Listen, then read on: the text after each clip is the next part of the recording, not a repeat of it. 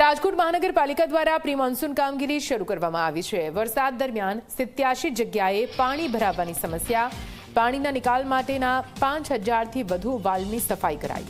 25% જેટલા વાલ્વની સફાઈ પૂર્ણ થઈ છે। 15000 ડ્રેનેજ હોલની પણ સફાઈ કરી દેવાઈ છે। 756 પૈકી 328 જેટલા વૃક્ષોનું ટ્રીમિંગ પણ કરવામાં આવ્યું છે। જૂન મહિનાથી મનપા દ્વારા કંટ્રોલ રૂમ શરૂ કરવામાં આવશે।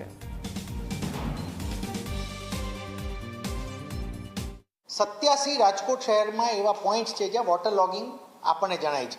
એને અમે રેડ, યલો અને ગ્રીન એવા 3 ભાગમાં વહેંચ્યા છે કે જ્યાં 2 કલાકથી વધારે રહેતું એવા રેડ પોઈન્ટ હોય છે। તો અમે આખા વર્ષમાં એક્શન કરીને એમાં પણ અમે 50% જેવું અમે રિડક્શન લાવી શકીએ છીએ। 87માંથી તો રેડ તો અમારી પાસે ફક્ત 2 થી 3 પોઈન્ટ્સ હતા, એને પણ અમે કાઢી શકીએ છીએ। આમાંથી અમે 81 પોઈન્ટને અમે સાફ કર્યા છે। સિટીની અંદર 5887 આપણા વાલ્વ ચેમ્બર્સ હોય છે જેને મોન્સૂન પહેલાં રિપેર કરવાના હોય છે। એમાં અમે હાલની તારીખે 25% કામગીરી પૂર્ણ કરી છે।